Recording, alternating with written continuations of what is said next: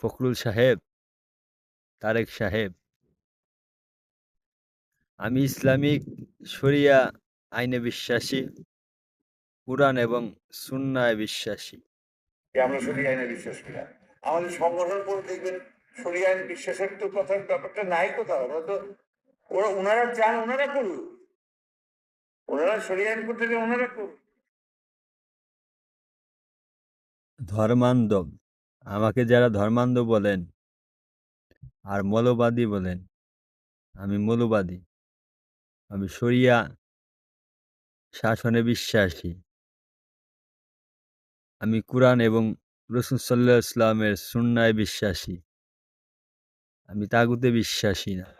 এই দেশকে কোনো চরমপন্থা বা মৌলবাদের অবহেলনা যেন কোনোদিন পরিলক্ষিত না করে, সেটিও কিন্তু আমাদের বাসা, সেটিও আমাদের লক্ষ্য। আমি তাগুতে বিশ্বাসী না।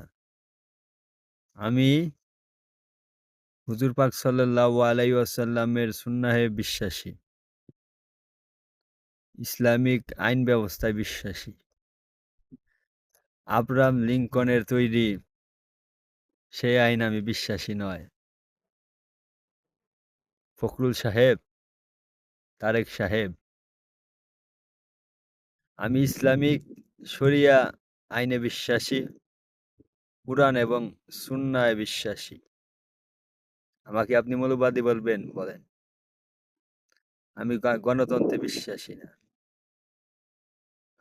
গণতন্ত্র কখনোই দেশকে শান্তিতে রাখবে না এবং দেশে শান্তি আসবে না।